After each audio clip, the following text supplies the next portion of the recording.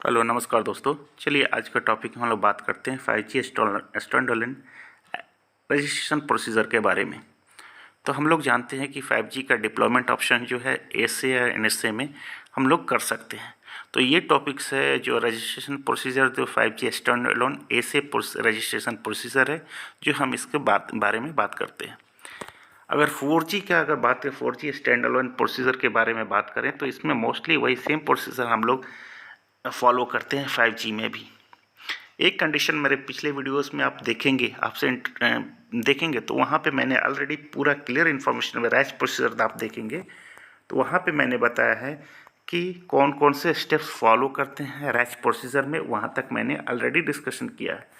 तो वहाँ पे स्टार्टिंग किया है कि मेरा अगर मोबाइल पावर ऑन होता है तो उसमें क्या होता है, पावर ऑन होने में आपको फ्रीक्वेंसी स्कैनिंग होती है, PSSS डिकोडिंग होती है, MIP डिकोडिंग होता है, PDCH डिकोडिंग और सीप डिकोडिंग होने के बाद हम लोग रैच प्रोसीजर को जाते हैं। यहाँ पे जो रजिस्ट्रेशन प्रोसेस दिया गया है, जो power on means idle, already power on है मोबाइल आपका और वो RRC आइडल स्टेट में है, आपका मोबाइल जो है आइडल स्टेट में है और उसमें already existing old AMF data already वहाँ पे स्टोर्ड है। ओके, तो इस कंडीशन में हम लोग बात करते हैं फ्रीक्वेंसी स्कैनिंग, ये सभी ऑलरेडी कंप्लीटेड है, उसके बारे में हम लोग डिस्कशन नहीं करते हैं। हम लोग डायरेक्ट हम लोग यहाँ से बात करते हैं कि अब मैसेज 1 क्या फ्लो होगा। ओके, तो मैसेज 1 में क्या होता है कि ऑलरेडी हम लोग 4G में भी हम लोगों ने देखा है कि प्रियम्बल सीक्वेंस जो होता था, प्रियम्बल सीक्वेंस जो जेड ऑफ शू सीक्वेंस, एक ये मेथड है, इसके थ्रू पीरियोडिक प्रियम्बल्स वो आपको मैसेज 1 में आपको यूवी से जी नोट बी के साइड में जाते थे और वहाँ पे कुछ इन्फॉर्मेशन एलिमेंट्स थे। जैसे आपको इन्फॉर्मेशन एलिमेंट्स की बात करें तो उसमें आपको RA और NT value preamble sequence number message 1 के थ्रू जाते थे। तो मैसेज 1 को हम लोग रैंडम एक्सेस रिक्वेस्ट बोलते हैं यहाँ पे, और जो यहाँ पे जी नोट बी अब इसको रिस्पॉन्स भेजेगा, उस रिस्पॉन्स को हम लोग रैंडम एक्सेस रिस्पॉन्स बोलते हैं, RAR रिस्पॉन्स उसको बोलते हैं, रैंडम एक्सेस रिस्पॉन्स बोलते हैं। तो ऑलरेडी आपने देखा कि मैसेज 1 में 4G में हमें क्या मिलता था, RAR NTI preamble sequence number हम लोगों को ऐसे फ्रॉम यूवी से जी नोट बी के साइड में हमको रैंडम एक्सेस रिक्वेस्ट में मैसेज 1 में हमको मिलता था। अब क्या करता है यूवी जो है आपका जी नोट भी है, क्या करेगा, एक एलोकेट करता है temporary CRNTI values. Okay, temporary CRNT value वो एलोकेट करता है, उसके साथ में कुछ इन्फॉर्मेशन एलिमेंट्स आपको ईवी को भेजता है। जी नोट भी है जो कुछ information element in the form of message two random access response, उसके साथ आपको कुछ इन्फॉर्मेशन एलिमेंट्स भेजता है, जैसे timing advance command, UL grant, जिसमें क्या है frequency hopping flag, message PUCH frequency plus timing resource allocation, उसके बाद uplink FCS, TCP command, CSI request and temporary CRNT value, वो मैसेज 2 में रैंडम एक्सेस रिस्पॉन्स में आपको वहाँ से जाएगा। तो ऑलरेडी आप देखेंगे कि 4G में भी सेम पोर्शन मैसेज 2 में आपको ये सभी इंफॉर्मेशन एलिमेंट्स आपको मिलते थे। अब तीसरा क्या करते हैं, यहाँ पे थोड़ा देखते हैं, जैसे ही ये यूवी क्या करता है, ये सभी इंफॉर्मेशन एलिमेंट्स मिल गया तो ये क्या करता है, एक्सट्रैक्ट द यूविल ग्रांट फ्रॉम द रार, जो रैंडम एक्सेस रिस्पॉन्स के थ्रू जो एक्सट्रैक्ट करता है यूविल ग्रांट को, और इसके करने के साथ में वहाँ से एक मैसेज RRC सेटअप रिक्वेस्ट भेजता है जी नोट बी को। जी नोट बी को उसमें क्या कौन कौन से इन्फॉर्मेशन एलिमेंट्स रहते हैं, उसमें इन्फॉर्मेशन यूवी आइडेंटिटी और इस्टेब्लिशमेंट कॉस रहता है जो जी नोट बी को मिलेगा वहाँ पे। तो इसके बारे में भी थोड़ा सा डिस्कशन कर लेते हैं। यहाँ पे ये देखते हैं RRC सेटअप रिक्वेस्ट, इसमें uplink allocation content in the RAR will be use to transmit the message, जो भी RAR में जो ये uplink allocation content in the RAR means random access response में, उसको यूज़ करके मैसेज क्या था, मैसेज 3 RRC सेटअप रिक्वेस्ट आपको भेजा जाता है। अब RRC setup request is sent with the random UE identity and the establishment cause. ये मैसेज 3 में जो ऑलरेडी मैंने यहाँ पे पिक्चर में भी दिखाया कि यहाँ से RRC सेटअप रिक्वेस्ट में ये दो इंफॉर्मेशन एलिमेंट्स आपको यूवी से जी नोट बी के बीच में जाएंगे। अब क्या होता है, अब ये क्या होता है कि जी नोट बी क्या करता है, the CRNT scramble DCI message signal the frequency and time resource assigned for the transmission of the transport blocking containing the RRC setup message. वो क्या करता है, blocking containing the RRC setup message. अब क्या होता है कि ये क्या था, सेटअप SRB जैसे signal radio barrier 1 is configured. अब क्या क्या होता है कि इसमें SRB 1 कॉन्फ़िगर्ड हो जाता है यहाँ पे, और SRB कॉन्फ़िगर्ड होने के बाद ये क्या करता है, एक मैसेज 4 आपको यहाँ से जी नोट बी एक भेजता है। उसमें क्या कुछ इन्फॉर्मेशन एलिमेंट्स होते हैं, जैसे RRC सेटअप जो मैसेज जो होता है is sent to setup SRB1 and the master cell. अब RRC सेटअप मैसेज जो यहाँ से जी नोट बी से आपको यूवी के बीच में जा रहा है, वो किस लिए यूज़ हो रहा है, वो यूज़ हो रहा है RRC setup message sent to setup the SRB1 and the master cell. The message carry the radio barrier configuration, master cell group information elements. अब यहाँ पे क्या होता है, ये जो इन्फॉर्मेशन जो मैसेज 4 है मेरा, उसमें कौन कौन से इन्फॉर्मेशन एलिमेंट्स जा रहे हैं, तो आपको रेडियो बैरियर कन्फिग्रेशन है, मास्टर सेल ग्रुप्स है, ये दोनों इन्फॉर्मेशन आपको मैसेज 4 में RRC सेटअप में आपको जी नोट बी से ईवी के साइड में मिल जाते हैं। उसके बाद क्या करता है, ईवी जो है स्टॉप करता है T300 as it's receive the RRC setup message. जैसे ही क्या करता है, RRC सेटअप मैसेज ईवी के पास रिसीव होता है, तब यह क्या करता है, T300 जो है वो स्टॉप कर देता है, UE stop the T300 as it receive the RRC setup request. जैसे ही ये RRC सेटअप रिक्वेस्ट रिसीव करता है और ये T300 स्टॉप हो जाता है। कब वो स्टार्ट होता है, तो ऑलरेडी आप यहाँ पे देखेंगे, starts decoding the T300 starts decoding the PDCH for the RRNT। जब मैसेज 1 जो होता है उसके बाद से ही स्टार्ट होता है। स्टार्ट यहाँ पे देख सकते हैं, start T300 to await the RRC setup message from the network. इसको लिए वेट करता है और ये डिकोड करता है PDCH फॉर द RRNT के लिए। और यहाँ पे मैसेज 1 के बाद ये आपसे क्वेश्चन पूछा जा सकता है, कभी भी आप इंटरव्यू में जाते हैं तो T300 कब स्टार्ट होता है और कब फिनिश हो जाता है, कब स्टॉप हो जाता है। तो यहाँ पे बोलना है कि जैसे ही ईवी RRC सेटअप रिक्वेस्ट रिसीव करता है, वो T300 को लेना, ये स्टॉप हो जाता है, ईवी 300 जो है स्टॉप्स हो जाता है। ये क्लियर हो जाता है। अब क्या होता है, जैसे ही ये कंप्लीट होता है, स्टॉप हो जाता है, तो हमको RRC कनेक्ट हो गया। Now the perform the cell group configuration procedure. जैसे ही RRC कनेक्शन ख़त्म हो जाता है, तब हम लोग क्या करते हैं, सेल ग्रुप कॉन्फ़िगरेशन प्रोसीजर को स्टार्ट करते हैं। तो आपसे ये क्वेश्चंस, आप अगर रैच प्रोसेस के बारे में, 5G का रैच प्रोसेस आपसे पूछा जाए, तो आपको ये बहुत ही आसान 4G की तरह यहाँ पे आप बता सकते हैं कि ये मेरा 5G का standalone access registration process RACH procedure है 5G का। और ये बहुत ही मैसेज 1 में क्या किया जाता है, जैसे आपने 4G में याद किया होगा, 4 सेम एज 5G, ऐसे में सेम चीज़ होता है। अगर मैसेज 2 में भी आपको टाइमिंग एडवांस, यूएल ग्रांट और टेम्पोररी CRNT मिलती है। इसके साथ मैसेज 3 में आपको 4G में भी जो यूवी आइडेंटिटी स्टैब्लिश कॉज था, यहाँ पे भी हम लोग मैसेज 3 RRC सेटअप रिक्वेस्ट हो जाता है। और मैसेज 4 में RRC सेटअप जो होता था, उसमें radio bearer configuration, master cell group आपको यहाँ पे मिल जाता है मैसेज 4 में।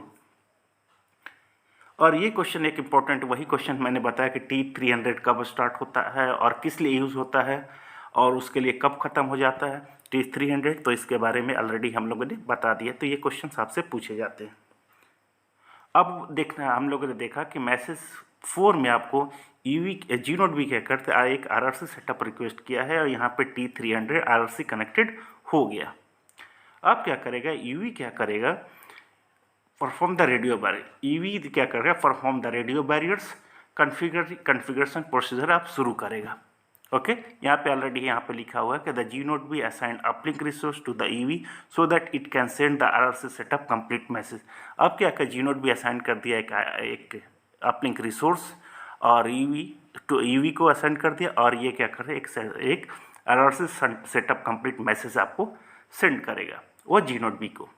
ओके, इसमें क्या करेगा आरआरसी, इसमें क्या करेगा, कुछ इन्फॉर्मेशन एलिमेंट्स, जैसे आपको नेस रजिस्ट्रेशन रिक्वेस्ट, उसमें कुछ और इसमें जो कंटेंट्स इन्फॉर्मेशन रहेगा, registration type, 5G GUTI, last TAI, requested NSSI, UE capability, list of PDU session, all सभी इन्फॉर्मेशन क्या होगा वो GNODB के साथ में भेजेगा। जो कंप्लीट होता है आरआरसी सेटअप कंप्लीट मैसेज के फॉर्म में यूवी एक इन्फॉर्मेशन भेजेगा GNODB के साइड में।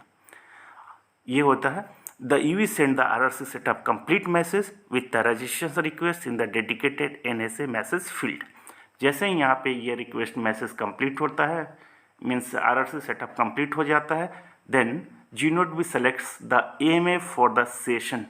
अब क्या करता है GNODB, क्या करता है एक AMF सेलेक्ट करता है, GNODB सेलेक्ट करेगा AMF mobility function for the session के लिए। अब क्या होता है GNODB एलोकेट करता है, जैसे ही GNODB एलोकेट से RAUV NGAPID the AMF use this ID to address the UV contents of the GNODB। अब क्या था, ऑलरेडी हम लोगों को मालूम था कि ये जो है इंफॉर्मेशन एलिमेंट्स जो भी मेरा कि यूवी जो है, मैं अगर पिछले यहाँ पे फर्स्ट स्लाइड में आप जाएंगे तो यहाँ पे लिखा हुआ था, ऑलरेडी हम लोगों ने देखा था UV context already existing at the old AMF, means old AMF का डाटा ऑलरेडी यूवी के पास में है, अवेलेबल है। ओके, यहाँ पे लास्ट इसमें AMF सिलेक्शन की बात करें, यहाँ पे अब GNODB क्या करता है, GNODB select the AMF for this session. अब ये AMF सेलेक्ट करेगा। अब क्या कर GNODB एलोकेट करता है, एक ID कनेक्ट करता है, उसको बोलते हैं RAN-UV NGAPID। इसको क्या करता है AMF will use this ID to address the UV context on the GNODB। Okay, अब नेक्स्ट स्टेप क्या होता है, GNODB क्या करेगा, the GNODB send the initial UV message to selected AMF। अब क्या करेगा वो UV जो है, जो सेलेक्टेड AMF जो है GNODB सेंड करेगा initial UV message. The message वो न्यू आपका न्यू AMF से, अभी न्यू AMF से वो क्या करेगा एक इनिशियल मैसेज भेजेगा।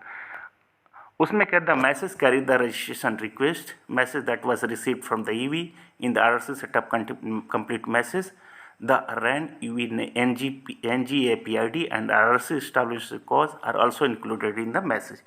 जैसे ही आपका ये क्या होगा, रजिस्ट्रेशन रिक्वेस्ट कंप्लीट मैसेज आपको EV के थ्रू मिला है, और जो इन्फॉर्मेशन कैरी किया है, जो at the time of message carry का रजिस्ट्रेशन रिक्वेस्ट मैसेज, उसको क्या करता है रिसीव्ड फ्रॉम द EV, वो क्या करता है कॉजर ऑल्सो। यहाँ पे आपने देखा, हम लोगों ने देखा कि जैसे ही मेरा ये स्टेप्स कंप्लीट हुआ था, RRC सेटअप कंप्लीट होने के बाद क्या आता था, ये हो गया कि GNODB selects the AMF for the session. उसमें क्या है कि न्यू AMF से वो सेशन आपको सेलेक्ट करने की कोशिश करेगा। उसमें क्या होता है कि GNODB क्या करता है एक एलोकेट करता है, एक ID एलोकेट करता है, उसको बोलते हैं हम RAN-UV NGAPID, और AMF इसको will use this ID to address the UV context on the GNODB। GNODB में UV का कंटेक्स्ट क्या है वो सभी आइडेंटिफाई करने के लिए AMF उसको यूज़ करेगा। फिर क्या करेगा GNODB क्या करेगा, सेंड एक इनिशियल UV मैसेज जो टू द सेलेक्टेड AMF, जो भी selected AMF means new selected AMF है, उस पर क्या GNODB एक इनिशियल UV मैसेज आपको भेजेगा। वो क्या करता है, the message carry the registration request message that was received from the UV in the RRC setup complete. अब ये क्या कर, जो भी हम लोगों ने RRC सेटअप कंप्लीट मैसेज के तरफ में जो भी मैसेज हमें मिला था, जो भी इंफॉर्मेशन हमें मिला था GNODB को, वो क्या करता है AMF को भेजता है। उसमें क्या क्या RRC एस्टैब्लिशमेंट कॉज भी है इंक्लूडेड इन द मैसेज, वो सभी इन्फॉर्मेशन यहाँ पे देख सकते हैं। ये वाला जो टॉपिक है इसमें 24 नंबर आप देखते हैं, तो यहाँ पे क्या है GNODB है AMF को, न्यू AMF को ये सभी information RAN-UV NGAPID, NAS registration request, उसमें user location information, RRC establishment cause, STMS AMF set ID, ये सभी इन्फॉर्मेशन क्या करेगा वो GNODB अपने न्यू AMF को भेजेगा, न्यू AMF को भेजेगा वहाँ से। अब क्या करेगा न्यू AMF जो है यहाँ पे, सिंस द 5G गुट्टी was included in the registration request, आपको ऑलरेडी मालूम है कि जब हम लोग ऑलरेडी मालूम है चूँकि 5G गुट्टी वास, गुट्टी के बारे में ऑलरेडी हम लोग ने बताया कि गुट्टी क्या है। इसके बारे में अगर नहीं मालूम है तो आप जाके मेरे पिछले वीडियो में जाके देख सकते हैं। तो उसमें क्या आता है कि जैसे 5G गुट्टी वास included in the registration request and serving AMF has change since the last registration procedure. The new AMF request context transfer from the old AMF. The complete NAS registration message received from the EV is included in the context. अब इसमें क्या होता है कि यहाँ से देख सकते हैं ये मेरा न्यू AMF है और ये ओल्ड AMF है। इसमें क्या करेगा कि the AMF perform a integrated check on the registration request from the guard against malicious attack. The old AMF passes the AMF EV context to the new. अब ये क्या करता है, न्यू AMF जो है वो कम्युनिकेट करेगा, EV कंटेक्स्ट ट्रांसफ़र रिक्वेस्ट भेजेगा टू द ओल्ड AMF को भेजेगा कि जो भी इंफॉर्मेशन आपको है वो नैस रजिस्ट्रेशन एक रिक्वेस्ट भेजेगा कि जो भी इंफॉर्मेशन है हमको आप दे दो। तो ओल्ड AMF क्या करेगा, एक ओल्ड AMF हो क्या एक रिस्पॉन्स भेजेगा जो ऑलरेडी आपने एक न्यू जो AMF थी मेरी जो EV जिसमें रजिस्टर था न्यू AMF से वो क्या करेगा एक सेंड रिक्वेस्ट भेजेगा जिसको EV कंटेक्स्ट ट्रांसफ़र रिक्वेस्ट बोलते हैं। उसको क्या करेगा फिर वो ओल्ड AMF जो होता है, ओल्ड AMF जो भी information passes AMF EV context to the new AMF, उस इंफॉर्मेशन उसमें क्या इंफॉर्मेशन आई जाएगी उसमें EV context in the AMF में ACUPI 5G गुट्टी PEI EV radio capability registration area, ये सभी इंफॉर्मेशन आपको EV कंटेक्स्ट ट्रांसफ़र रिस्पॉन्स के फॉर्म में ओल्ड AMF जो है न्यू AMF को आपको भेजता है। अब क्या करता है, जैसे ही ये रिसीव हो जाता है न्यू AMF में ये सभी information EV context transfer response जो हम लोग ओल्ड AMF से मिलता है वो क्या करता है, the AMF save the EV contents that was obtained from the old AMF। जो अभी इंफॉर्मेशन हमको ओल्ड AMF से मिला वो न्यू क्या करेगा, न्यू AMF जो है वो आप वो सेव कर लेता है। अब क्या करता है कि द न्यू AMF जो नया वाला AMF है, क्योंकि ये ओल्ड इन्फॉर्मेशन उसको AMF का इंफॉर्मेशन उसको न्यू में आपको मिल गया। अब क्या करेगा, the new AMF request EV identity from the EV via A NAS message. आप यहाँ से देख सकते हैं कि जो ये अब नया जो AMF है वो एक NAS आइडेंटिटी रिक्वेस्ट भेजेगा EV को, जिसमें security head type identity request message identity type ये सभी इसमें भेजेगा जो NAS आइडेंटिटी के रिक्वेस्ट के फॉर्म में जाएगा। अब क्या करेगा, ये जो NAS आइडेंटिटी रिस्पॉन्स जैसे ही ये आपसे पूछा EV से पूछा कि हमें ये सभी इंफॉर्मेशन चाहिए, तो EV क्या करता है एक रिस्पॉन्स भेजता है the EV to response to the to the identity request response भेजता है वो। उस रिस्पॉन्स में क्या रहता है, उस रिस्पॉन्स में security head type identity response message identity mobile identity वो क्या करता है सभी इंफॉर्मेशन आपको न्यू AMF को पहुंचाता है। जैसे ही ये न्यू इन्फॉर्मेशन ये सभी आपको EV जो न्यू AMF को भेज दिया, तब उसमें क्या होगा, ऑथेंटिकेशन प्रोसेस शुरू होगा। The authentication is needed to the EV, the AMF select the authentication server function based on the SUSE। Okay, अब यहाँ से क्या होगा, ऑथेंटिकेशन प्रोसेस अपना शुरू होगा। ओके, जैसे ही सभी NAS आइडेंटिटी रिस्पॉन्स आपको मिल गया तो क्या करेगा, अभी ऑथेंटिकेशन प्रोसेस आपका स्टार्ट होता है EV का। ओके, चलिए हम लोग बात कर लेते हैं थोड़ा सा ऑथेंटिकेशन प्रोसेस का। नाउ क्या होगा कि NAS ऑथेंटिकेशन एंड सिक्योरिटी क्या होगा। तो मेरा क्या है कि ऑलरेडी आपके न्यू में जो यहाँ पे देखेंगे पिछले से, तो यहाँ पे लिखा हुआ था राइट साइड में authentication needed for the EV, the AMF select authentication server function based on the SUSE। Okay, SUSE के बारे में हम लोगों ने डिस्कशन नहीं किया है, नेक्स्ट का भी वीडियो में हम आएंगे तो उसके बारे में हम लोग SUSE के बारे में भी डिस्कशन कर लेंगे। अब होता है SUSE के बारे में सब्सक्राइबर कॉन्क्रीट आइडेंटिफायर। अब जो न्यू AMF के पास में जो इन्फॉर्मेशन है वो क्या करता है, AMF रिक्वेस्ट करता है EV authentication vectors and algorithm information from the AUSF authentication server function से। ओके, किसके बेस्ड पर, बेस्ड ऑन द SUSE। ये आप यहाँ पे देख सकते हैं न्यू AMF से आपकी कनेक्टिविटी के AUSF से। सो AMF एक रिक्वेस्ट भेजता है EV ऑथेंटिकेशन के लिए वेक्टर्स के लिए and for algorithm information from the AUSF से। ओके अब ये क्या करता है कि AUSF जो होता है request authentication vector for the UDM, okay, unified data management function से, जो एक AUSF उनको UDM को भेजता है। अब क्या करता है, UDM जनरेट करता है एक authentication vector for the session. UDM क्या करता है, एक जनरेट करता है जनरेट द ऑथेंटिकेशन वेक्टर एक जनरेट करता है और एक रिस्पॉन्स भेजता है AUSF को, रिटर्न ऑथेंटिकेशन डेटा आपको वो भेजता है, ओके, AUSF को। अब क्या करेगा AUSF क्या होता है, इसको रिस्पॉन्स करेगा न्यू AMF को। न्यू उसमें क्या करते हैं EV authentication authenticate response, okay, वो भेजता है। उसमें क्या है, उसमें ऑथेंटिकेशन रिजल्ट जो भी होगा और सूपी जो होगा वो सभी इंफॉर्मेशन एज ए रिस्पॉन्स आपको भेजता है। तो इसमें यहाँ पर सेम लिखा हुआ है आपके the response return from the returns the master key which is used by AMF to derive NS security key and other security keys. The ACUP is also return to the AMF।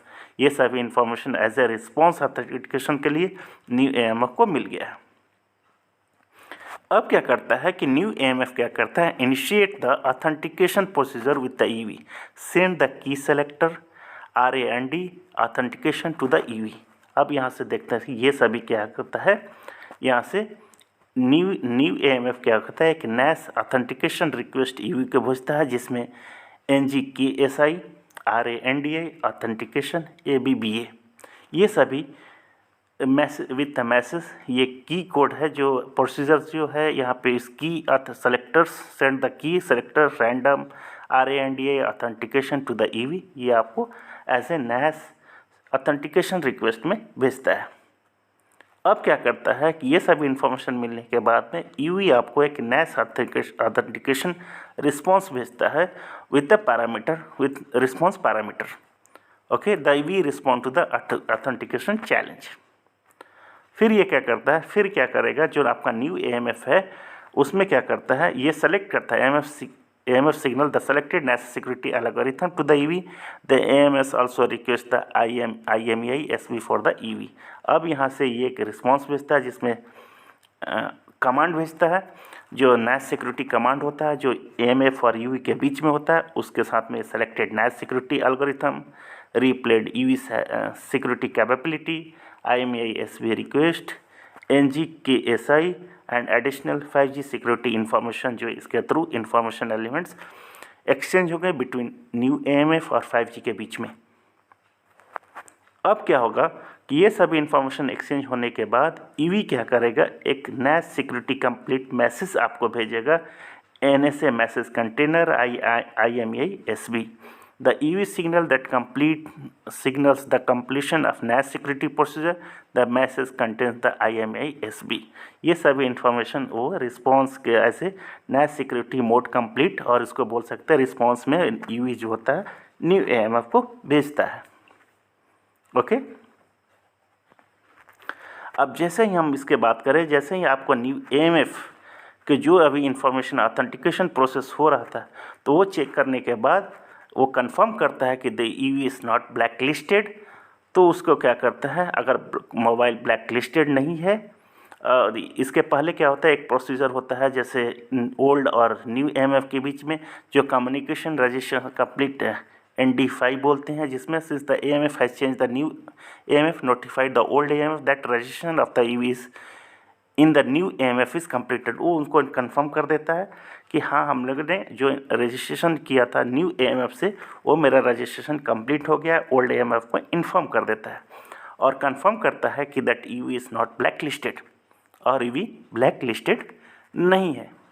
अब क्या करता है, उसके black listed नहीं है तो new EV क्या करता है, आपको यहाँ से देख सकते हैं 5G EIR, उसके बारे में ये करता है कि एक इन्फॉर्मेशन भेजता है वहाँ पे 5G equipment identity check request, ये उसके साथ में invoke the equipment identity check service. This service provide the 5G EIR to check the PII and determine whether the PII is black listed और नॉट, ओके, ये सब information black list है या नहीं है उसके लिए कंफर्म करने के लिए एक मैसेज भेजता है न्यू AMF जो भेजता है उसको 5G EIR को। वहाँ से रिस्पॉन्स आता है the 5G EIR report that the mobile has not been black listed. ये कुछ इन्फॉर्मेशन यहाँ पे ये इनको 5G EIR एक न्यू AMF को ये सब इन्फॉर्मेशन देता है कि मोबाइल आपका ब्लैक लिस्टेड नहीं है। ओके, ये हो जाता है यहाँ पे ब्लैक लिस्टेड नहीं है।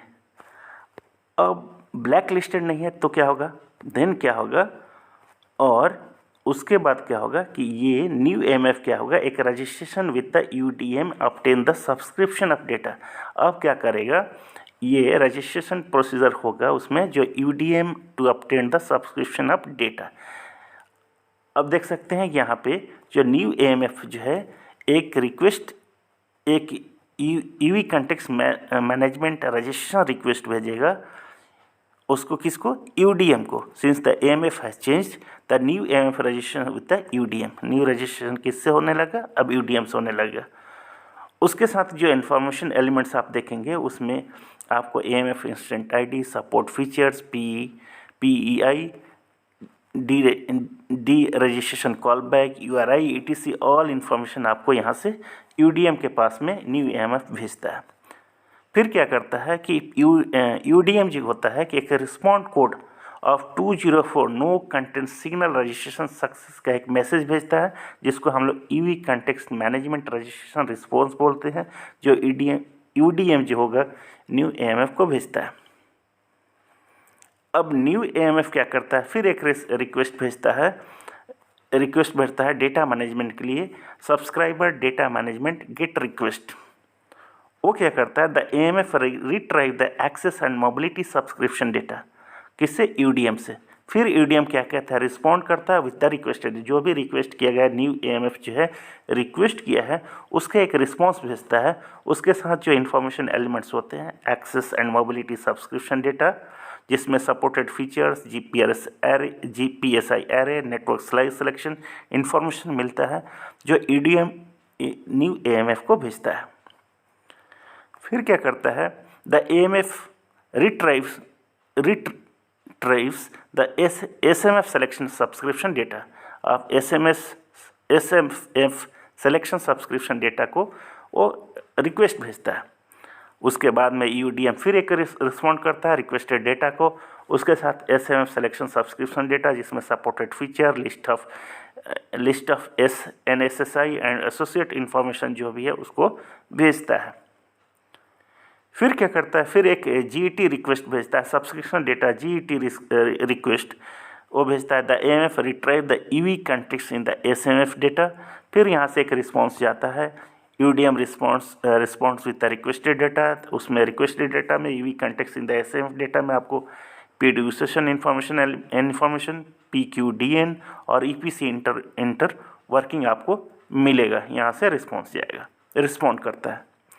जैसे ही होता है, जब ये सभी इन्फॉर्मेशन मिल गया आपको, जो भी डेटा एक्सचेंज हुआ बिटवीन न्यू AMF और UDM के बीच में, तब क्या होता है कि आपको एक EV कॉन्टेक्स्ट क्रिएट होता है। Create the AMF EV context for the user, create the AMF EV context for the user, यहाँ पे क्रिएट हो गया। फिर एक लास्ट मैसेज आएगा, ओल्ड AMF इज़ नोटिफाइड। अब क्या करता है कि ओल्ड AMF को नोटिफाई करता है कि it is no longer serving the user. The UDM sent a post request to the call back reference as provided by the old AMF during the registration. अब क्या करता है, UDM जो है, यहाँ से UDM जो हो आपको ओल्ड AMF जो होता है उसको एक इन्फॉर्मेशन भेजता है, नोटिफिकेशन भेजता है कि अब आप सर्विस के योग्य नहीं है। The old AMF is notified that it is no longer serving the user. आप उसको यूज़र को आप सर्व नहीं करते हैं क्योंकि एक क्रिएट हो गया, EV कॉन्टेक्स्ट क्रिएट हो गया न्यू AMF पर, और आपका AMF अब ओल्ड AMF पे हम लोग वर्क EV आपका लैच नहीं होगा। इसके साथ में ही ओल्ड AMF क्या करता है, आपको यहाँ पे ओल्ड AMF क्या करता है, SMF को एक मैसेज भेजता है। Old AMF the SMF that is no longer associated with the specified PDU session. और उसके बाद में क्या करता है, ये delete remove the AMF context, ये दोनों के बीच में ख़त्म हो जाता है, डिलीट द EV कंटेक्स्ट, ये हो जाता है दोनों के बीच में। अब क्या होता है कि आप पॉलिसी एसोसिएशन होगा उसमें PCF के बीच में and register for the AMF events के लिए। अब क्या होगा कि यहाँ पे आपका ओल्ड AMF था वो ख़त्म हो गया और आपका मोबाइल जो है न्यू AMF से आपको कनेक्ट हो गई। अब प्रोसीजर जो होगा, नेक्स्ट प्रोसीजर होगा update policy association with the PCF registration for the AMF। Okay, तो आज के टॉपिक में बस इतना ही करते हैं। नेक्स्ट वीडियोस में हम लोग जाएंगे तो उसमें अब नेक्स्ट प्रोसीजर जो update policy association with the PCF registration के बारे में बात करेंगे। उसके बाद नेक्स्ट होता है setup of the user plan UPF के बारे में बात करेंगे।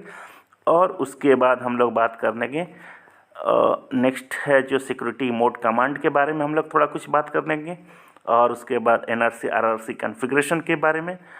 और लास्ट में हम लोग बात करेंगे जिसके बाद में हम लोग का PDU सेशन एस्टैब्लिशमेंट और रिस्पांस जो भी होगा उसके बारे में हम लोग थोड़ा बात कर लेंगे। ओके, अपलिंक डेटा आपका मिलने लगेगा, डेटा जो भी ट्रांसमिट होने लगेगा उसके बारे में हम लोग बात कर रहे हैं। आज के टॉपिक में बस इतना ही। नेक्स्ट वीडियो का वेट कीजिए जिसमें हम लोग बात करेंगे नेक्स्ट टॉपिक के बारे में। सेम इसी टॉपिक को कंटिन्यू करते हैं, इन द नेक्स्ट पार्ट 2 में हम लोग कंटिन्यू करेंगे। आज के लिए इतना ही। अगर आपका वीडियो मेरा अच्छा लगता है तो प्लीज़ लाइक कीजिए, सब्सक्राइब कीजिए। Thank you so much.